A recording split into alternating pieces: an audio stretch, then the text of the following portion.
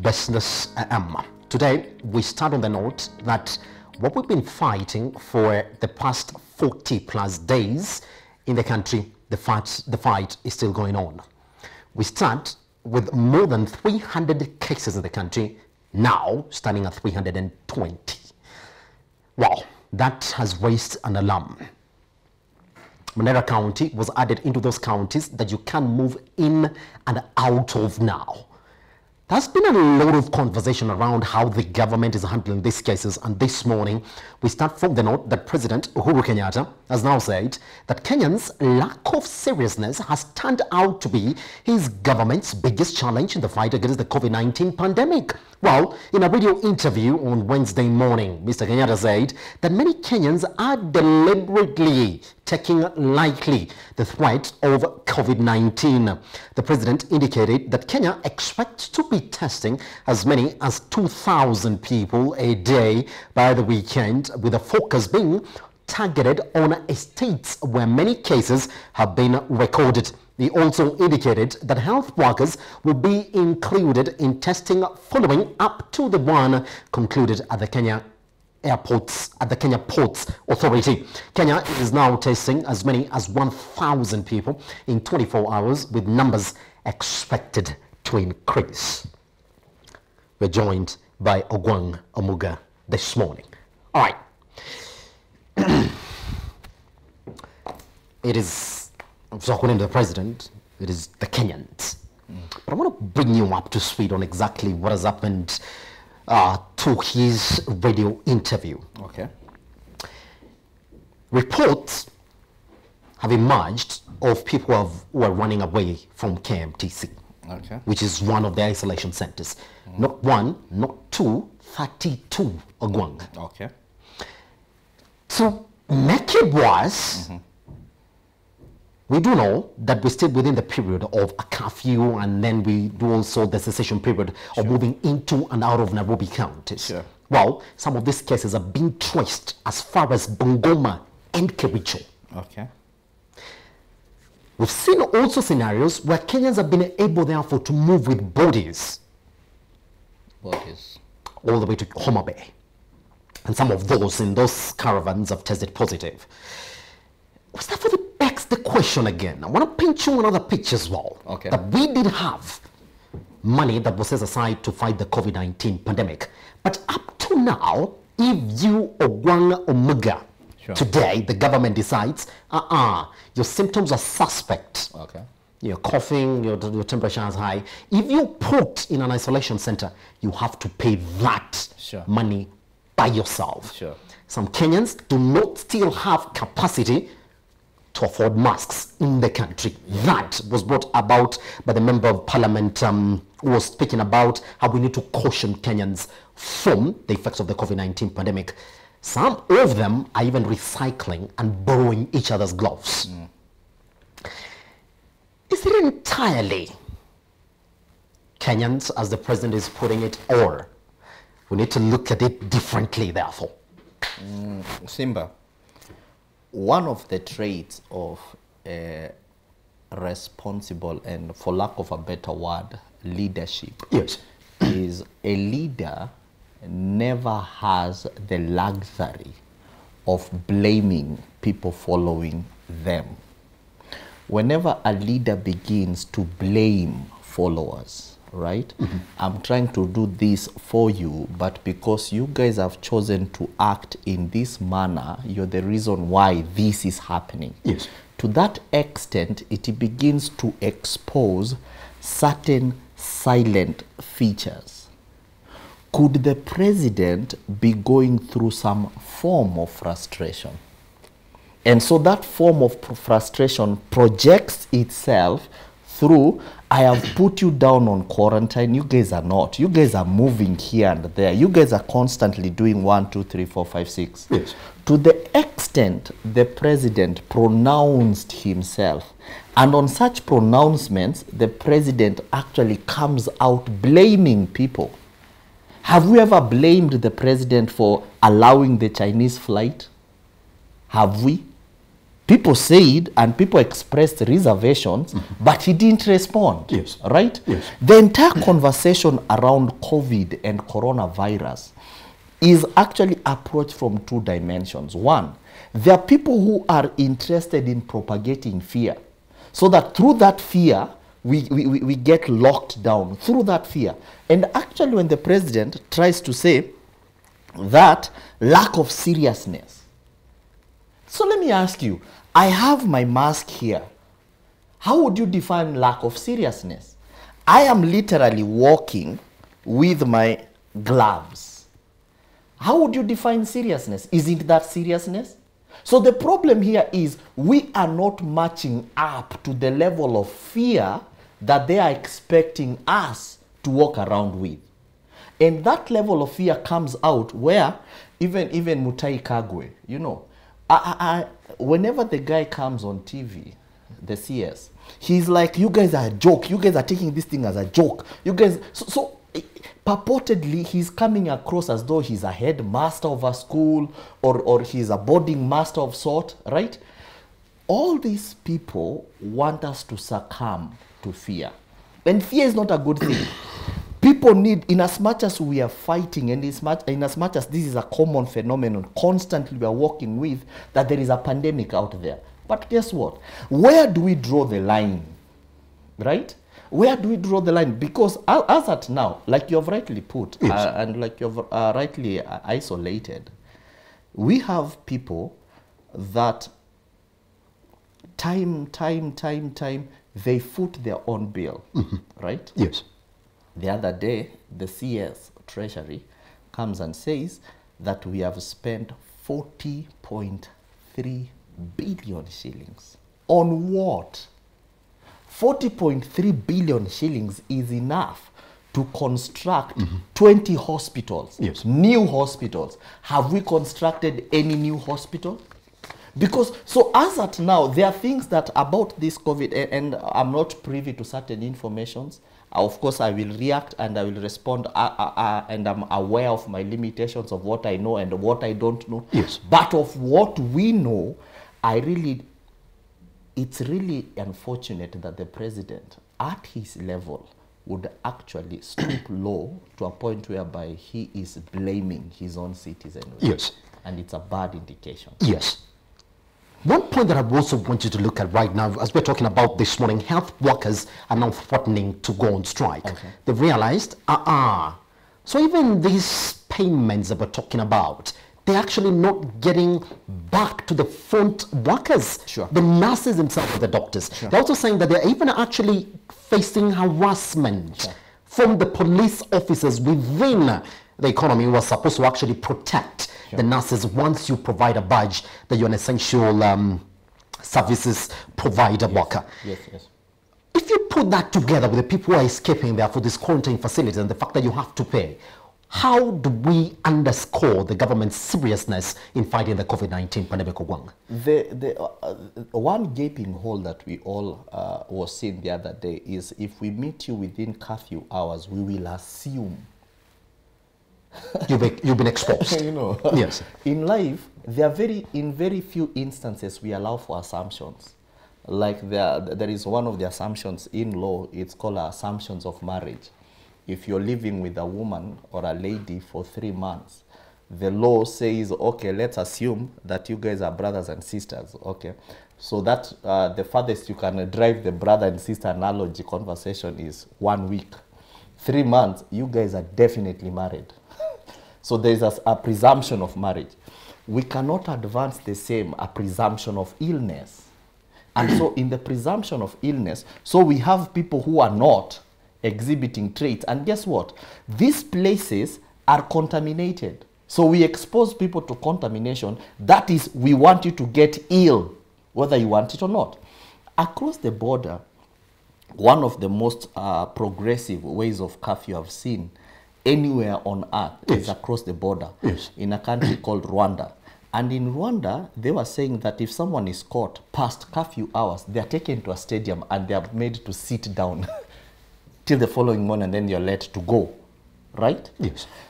Why can't we have the same? So to that extent, there are very many moving pieces that as at now are not clarified. Yes. Very many moving pieces, because even to the way the way police are even engaging and interacting with people, and even how people are being put in cells. The other way I was somewhere, I wouldn't mention, and I saw how guys were bundled in one of these police lorries. Yes. And you're like, is this Kenya? Don't we have the pandemic? So the way the government is actually acting with this, if you measure that and the expectation that they have on the citizenry, there is a big inconsistency between the two. Yes, Simba. I want us to run away from that, because we do know exactly where we stand right now, and the numbers have been on an increasing trend. Meanwhile, on the macroeconomic front, analysts have warned that the cost of borrowing could shoot up as interest rates are poised to rise. Analysts aside on investment say they expect upward pressure on interest rates to emanate from increased pressure on government borrowing from both the domestic and foreign front. Now, this after the government recently raised the domestic borrowing target from 300.3 billion to 404.4 billion in light of the expected dip in tax revenues that follows the prevailing downturn in business. But the dip in tax revenues comes at a time when the government is in dire need of finances to offer the requisite financial stimulus. Analysts aside on say that this might require the resulting deficit to be plugged in by debt, which might be hard and expensive in the current market conditions due to investors attaching a higher risk premium. Now, Kenya's interest rates environment has remained stable in 2020, with the Central Bank of Kenya's Monetary Policy Committee having cut the CBR rate by 125 basis points cumulatively to 7.25% in the last two MPC meetings held so far in 2020. Good. If you look at Njoroge, his mantra has been cheap credit within the economy. Okay. Even his last move to even hit hard on the digital lenders in the country has been cheap credit. I don't like what you're doing, so I'm going to throw you to the lions. Okay. Cheap credit through and through. Okay. That's why now we're talking about a CBR rate of 7.25% basis points. Okay. But then if you look at what is happening locally in the banking sector, Ogwang, is that they have been told we have to cushion the economy from the effect of this COVID-19 pandemic. So what I'm going to do is that for anybody who wants to transfer money from your bank to the mobile money wallet, it's got to be free. No charges at all. Sure. No charges at all. Sure. And they're increasing the amount of money that you can hold in your phone. Meaning, banks are waiting and saying, so what's going to happen after this? Are we still going to talk about cheap credit, or we're going to talk about the time that we have to recover as well? Good. Go over the other side, where the government has been forced to go into the market for more loans. You got to borrow more, because KRA has also been told, pay is going to dip. Sure. Businesses are closing, so corporate tax is being reduced from 25% to from 30% to 25%. So we don't expect you to get so much. Okay. Is it inevitable, Ogwang, that when we come to that time to recover, therefore, it's going to be more, because the banking sector has to recover? They would have to recover only if they will equally the responsibility on them on tax and regulation is equally suspended. So if that one government will recover from them, it's only right that equally they drill that back on their consumers. But even more importantly, why are we borrowing? Let's assume that we are not exposed to all these economic speech, right? Where most of us, maybe we don't even appreciate relevance of a word like interest rate environment. And let's just be very candid. Why are we borrowing? We are borrowing because government has projects. Government has to supply us with certain services. Right? Can't we cut down? Because if corporates in the private sectors people have started streamlining. Even the government is actually has streamlined most of its operations. There are certain government offices that are not opened. There are certain government departments that are not running. Yes. So which means guys are working from home, so to speak, working from home. Yes. Then can't we equally streamline most of our expenditures, most of our programs and projects? Yes. Let me ask you, was SGR necessary? The government has been saying for, and the people are for against. Yes. Yes. Was the SGR necessary? That's the question that we should ask ourselves now. The Lake Turkana Green Energy Project, was it necessary? Yes. Because that thing took 400+ billion, and that thing is not operational. Yes. It's not operational. So which means we went and sank 400 billion plus on a white elephant project.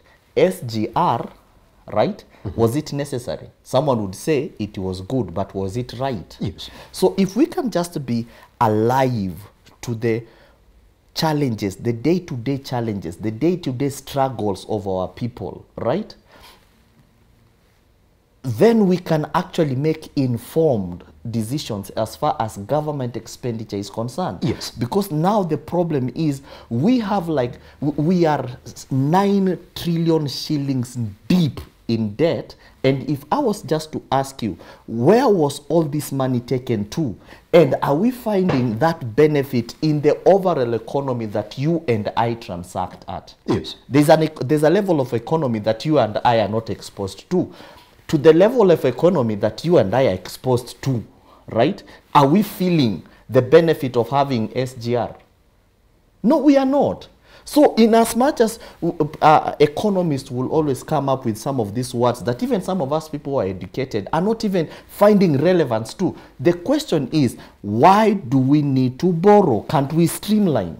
If organizations are now asking guys to go on pay cuts, right? Yes, yes. Can't we do the same in government? Yes. Can't we cushion some projects even during this intervening period? Can't we now begin to look at, because the challenge here is, we are 9 trillion in debt.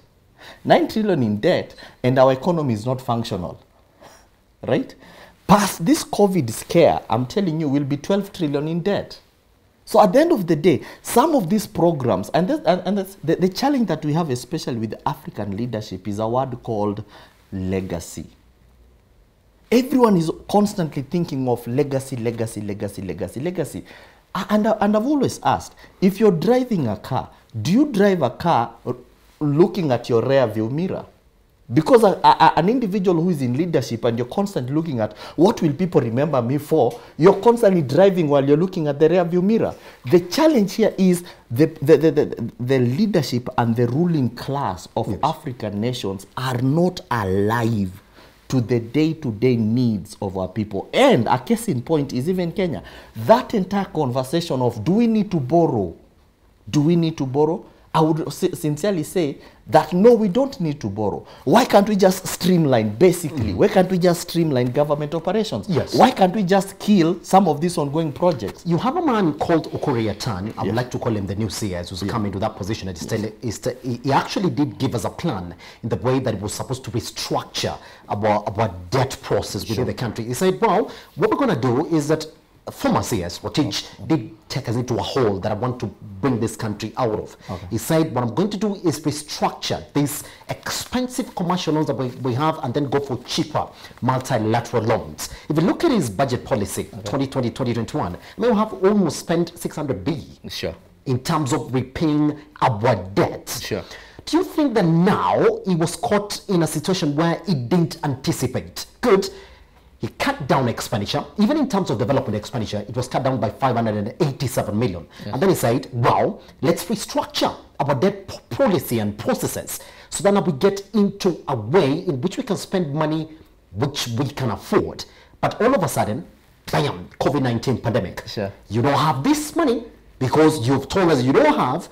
Does it justify, therefore, for the government to go back into the market for emergency loans? Let me paint a situation that the CS Okorie-Atan has found himself in. Yes. When you find a bike that the brakes are cut. Yes.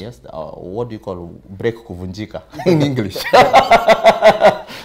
or compromise. Break failure. Break failure. Break failure, right? Yes, yes. And it's coming downhill.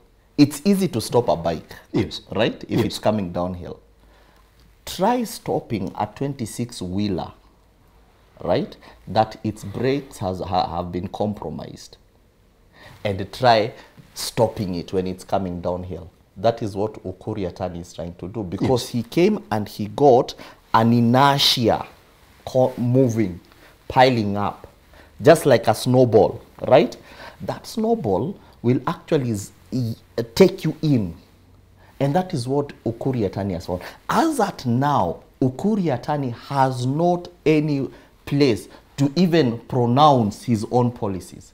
Maybe next fiscal year, because he came and he found the machinery running, the machinery rolling. So as at now, the challenge that we need, especially in our Kenya scenario, we really need the executive arm of government to be alive to the day-to-day needs of its own people. Yes. Yes. And we don't need to borrow. Yes. No, we don't. All right, now, Yvonne, if you just afford me 3 minutes, therefore, because I just want us to jump quickly into the last conversation that we wanted to have this morning. Now, Tuskys supermarket has shut down 3 of its branches. A statement from Bernard Kahianyu, the retail chain's chairman, said the supermarket was closing down 3 outlets in Nairobi, Kitale, and Mombasa temporarily. Kahianyu said the supermarket's management noted that in some areas where Tuskys has multiple locations close to each other, the retail chain can adequately serve customers better and more efficiently. Now, just want to leave it there. This morning, we've also now been told that Java is also cutting down a percentage of its staff, 40%. We're also talking about ShopRite the other day that closed down a chain in Karen, and joblessness up to 104 employees now are jobless at this point. Sure. When we have this news, Ogwang, that businesses are restructuring, you also have people in parliament right now talking about how to cushion the economy from the effects of this COVID-19 pandemic. Yes. Do you think that the best way possible right now would be to say, for these tax-paying corporations that have been directly affected so far, that we have to find a way to retain these workers until we get out of this COVID-19 pandemic? Or are we just going to say, look, we are fighting COVID-19 pandemic, that's the stress, just have a 5% reduction in corporate tax and let the corporations figure by themselves? I don't want to be really tough on Tuskys. Yes. But Tuskys shutting down 3 outlets has nothing to do with COVID-19. Tuskys was on a sporadic expansion program. It was not thought out. Yes. In town, we have like over 10, right? Tuskys outlets. Why do we need like 5 Tuskys outlets in Nairobi town? Convenience. They would tell you, we want convenience. At the end of the day, guess what? That convenience does not trickle down to revenue. Yes. So an outlet is opened, and one outlet that Tuskys runs could be having at minimum 20 people. The cashiers, the people, the line managers, the people in, you know. Yes. The entire operation is, so as at now, maybe Tuskys is looking at laying off 100 people, 100 lives. So when it comes to Tuskys, I'm not privy to what Java is going through. Java could just be restructuring. Yes. And the beautiful thing with Java is just exploiting their franchise. Theirs is different from Tuskys. Yes. You know, Yes. when you're talking about Tuskys, the expansion strategies that some of these outlets have are very sporadic. They are not thought out. Would you say that that is what the retail sector in this country has not really figured out? That is what they have never figured out, because they have this notion that if we can have many outlets, then we are indirectly showing people that we are successful. So at some point then, you can stretch all you want, but a point will come that necessity will now make you to shrink. Tuskys is now shrinking. It's only now shrinking under the guise of coronavirus. Yes. Yes. But as at now, I would really wish that even as people are expanding, people should actually look at strategy. Why are we expanding? Why are we going to a town like Kitale? Is it of a necessity to growing our brand?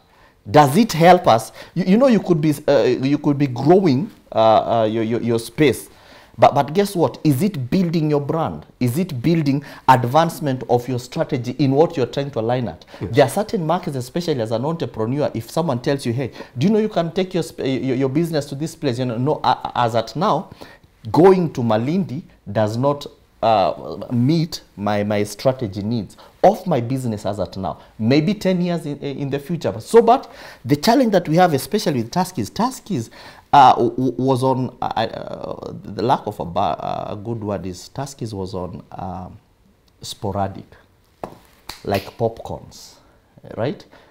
We can feel Kenya, right? We can feel, but it was not strategic. Organizations that are expanding strategically never shrink down. They never shrink down. Whether it's hard time, they will always innovate during hard times. Yes. Yes. Now it's the best moment, especially for entrepreneurs, to be innovative and to look at. I'm not looking at COVID-19 as at now. I'm trying to imagine past COVID-19, where will my business operations be? So everyone that now wants to take advantage of this crisis is actually being strategizing and thinking forward. No one actually, as an entrepreneur, you might be forced temporarily to shrink a little, but entrepreneurs now is the best moment for all of us to innovate. Tuskys, I don't want to be harsh, but Tuskys, I think they hadn't actually factored why were they expanding. And if they were to expand, they could have had alternative ways of expanding without necessarily incurring cost. And that is why, that's why I'm saying that in Kenya, we need to come to this realization that as entrepreneurs, can we begin looking at intellectual property? Tuskys has tremendous portfolio in intellectual property that could have helped them to expand without necessarily incurring cost. Yes. Sadly enough, that's the time that we have this morning. Ogwang Omuga, sadly. Thank you very much for coming by. Guess what? Thank you. Friday is another time for us. Hopefully we shall be fine.